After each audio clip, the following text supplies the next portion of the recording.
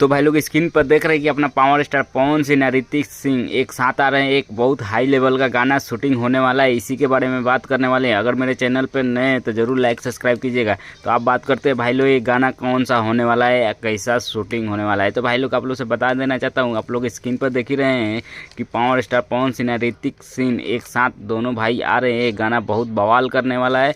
एक बात और करना चाहता हूँ भाई लोग, आप लोग स्क्रीन पर देख ही रहे हैं कि अपना पावर स्टार पवन सिंह कैमरे का पूजा कर रहे हैं गाना शूटिंग होने से पहले। ऐसे भी हर कोई करता है, या पावर स्टार पवन सिंह तो भाई पूजा पाठ में आगे रहता ही है। एक बात बता देना चाहता हूँ, आप लोग स्क्रीन पर देख ही रहे हैं कि पावर स्टार पवन सिंह तो पूजा किए हैं, उनका मतलब कि कैमरा मैन है वो भी पूजा कर रहा है। आज सबसे पावर स्टार पवन सिंह आप लोग स्क्रीन पर देख रहे हैं कि मिलने वाले हैं, मिलने रहेंगे या जुल रहे हैं। आप लोग स्क्रीन पर देख ही रहे होंगे। एक बात बता देना चाहता हूँ भाई लोग, ये गाना बहुत हाई लेवल का होने वाला है।